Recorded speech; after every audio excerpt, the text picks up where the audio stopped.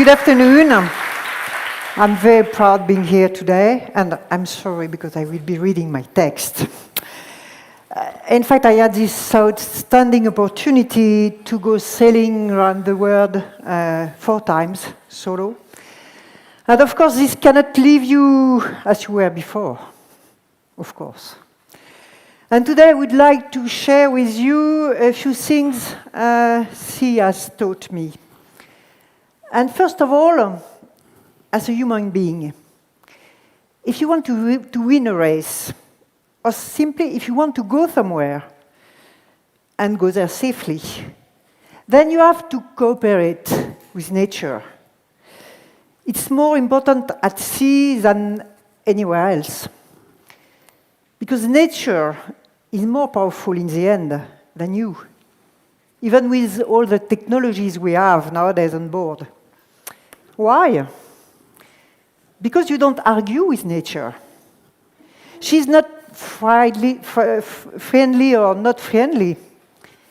She's not with you or against you. Nature is the result of physical and chemical processes. Wind is produced by temperature, by pressure levels. Sea particles are pushed forward by wind. And even if you don't like it, the direction and force of the wind and of the sea are what they are. No negotiations. But you, as a human being, you can adapt to them. You can choose your boat. You can prepare her specifically. You can divert your course to avoid a storm. You can tack all day long to win against the wind, and at the end, to reach the point you wanted. So first quality is observation. Look around you, and not only at your computer. And if what you see disagrees with your computerized solution, then what you see is right. And by the way, seeing the changing colors of the sea and the shape of the clouds, the albatrosses, the marine mammals, is so astonishing and touching that they deserve your time. The second quality is to understand what's going on. Man has improved a lot since the beginning of sailing. From prayings to gods and making sacrifices for good winds, or computerized and monitored meteorological previsions, we are getting better and better. It means that I have now better instruments to take better decisions. Evaluating when I should push forward or arch my back is a key factor to safety at sea. But the fact is that I'm always adapting my strategy to what nature offers to me. And sailing taught me that, to collaborate with nature, observing, understanding, and adapting. And I'm just a poor little thing, wandering in open seas. I'm not taming them. And if I'm aware and accurate, then I will reach the harbor. And in fact, it's really pure joy to feel that you are not fighting against nature, but uniting with her. And once I remember, it was an awful storm, and I was steering. And gradually, my breathing just synchronized with the waves. Inspiring when climbing the 10 to 15 meters high waves, holding my breath on the top, when you never know if you will be rolled over, and expiring when going safely down. And I can assure you that it helps. It helps to be more accurate in order to guide your boat at the best angle to stay safe. So don't shout against the waves. Just breathe with them. And when I come back to shore and I observe people and societies, I wonder why we are not applying this technique, observing, understanding, and adapting. Why do we want to change nature? To change, disturb, destroy the environment to reach our goals? Are these goals insane? Or are the methods insane? Why don't we understand that, in the end, the rules of nature will have the last word? And the second thing I learned at sea is about time. Because when you are sailing, there is no calendar, no Sundays or Mondays, no 2 a.m. or 4 p.m., even no days or nights. There is just the sea and the stream of its time. The time for a cloud to pass over you. The time for a storm to finish. The time for your boat to sail across oceans. And there is no way to accelerate that. And third time, sometimes you feel that time has stopped. You do not progress anymore on your course because there is no wind, or because the sea is too rough and you have to drift and wait for better conditions, or because the winds or the currents are too heavy in your face and you are just tacking and tacking for nothing. Your ETA doesn't even change slightly for hours or days. And this irritates people who are used to appointments and schedules. But sailors get used to this. We can have strategies to avoid these bad conditions, but sometimes we cannot. It's not resignation, but I would call the patience of the wilderness forbearance, an unusual quality that consists in making your own way with bad situations you cannot avoid or change. And suddenly, because you are not anymore master of your time, which is a common goal and for our societies, then you feel free.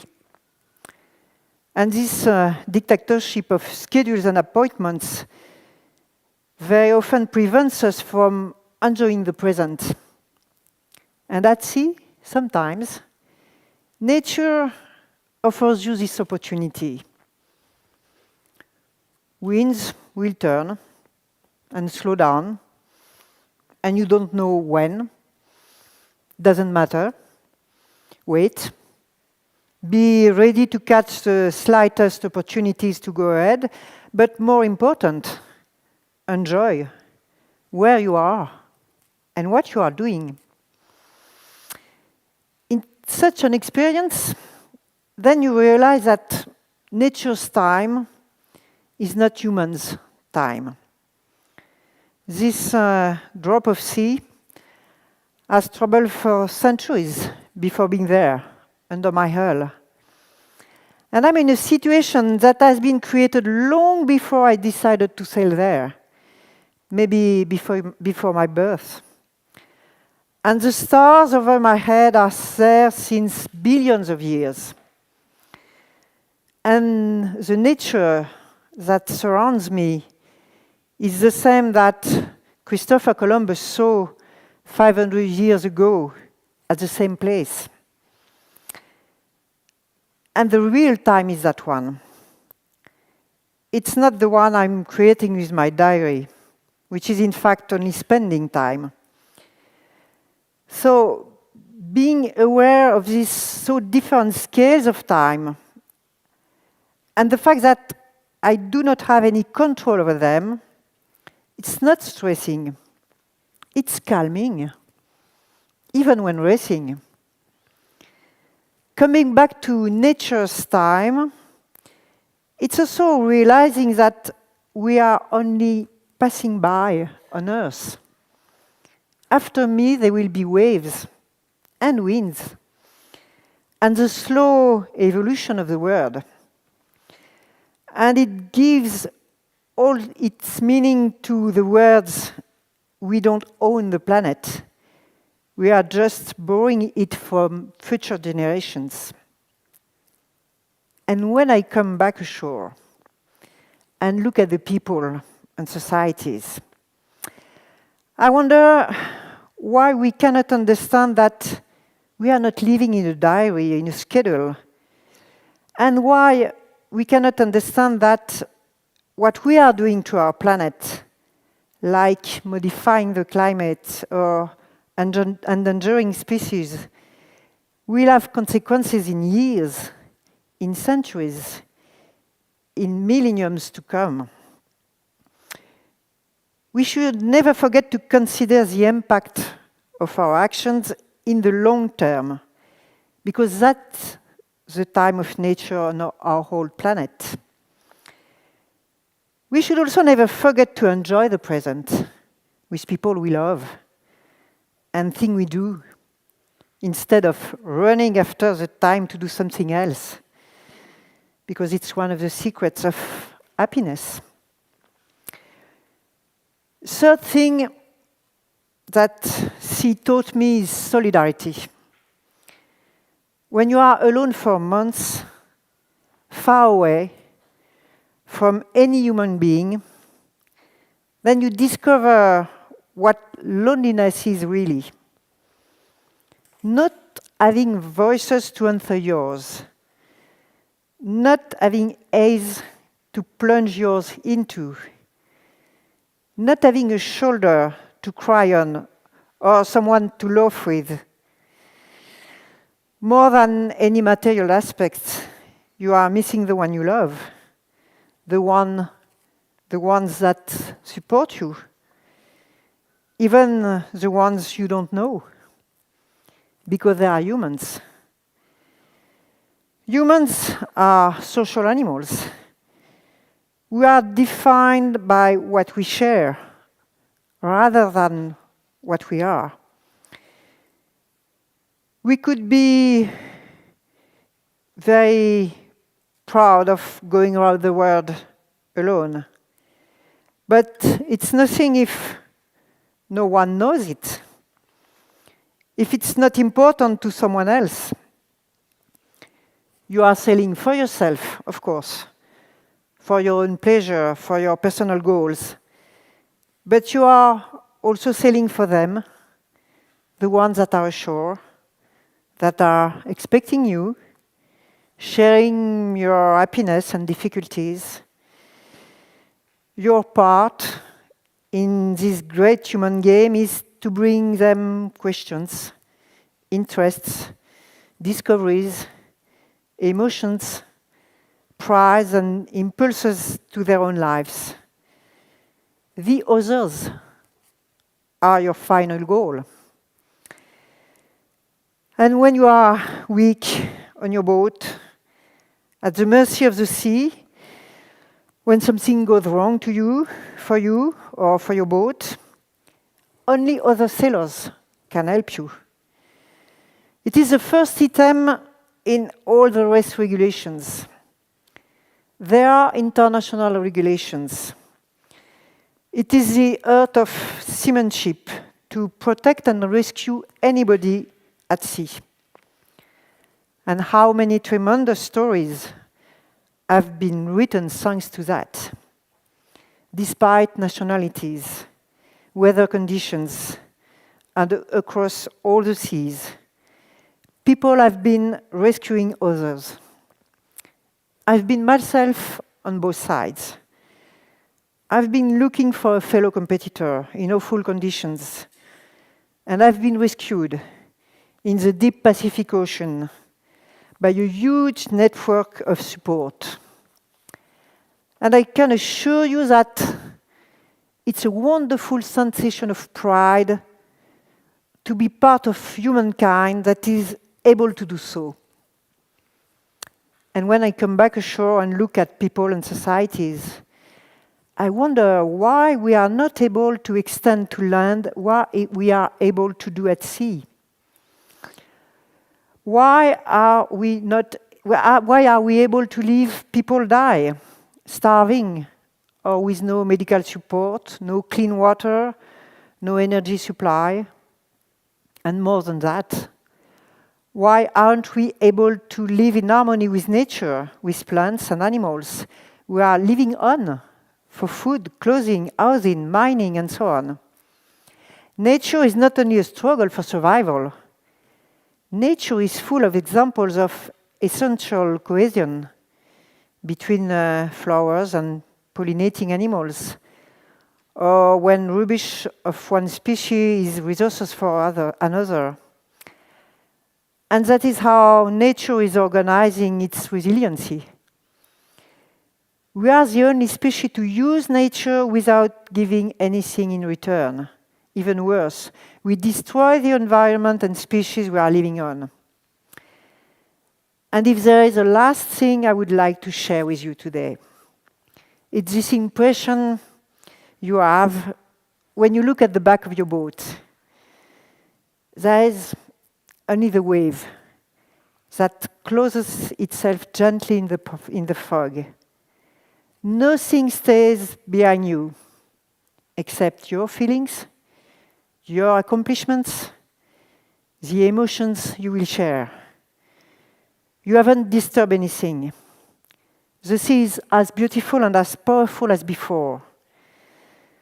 That's what I would like to do in my life. No more harm than the wake fading, than the trail of a bird in the sky, than steps disappearing under the snow. Collaboration with nature, with its time and rules, strengthened by human solidarity of a crew, and navigate on the ocean of my life. Thank you.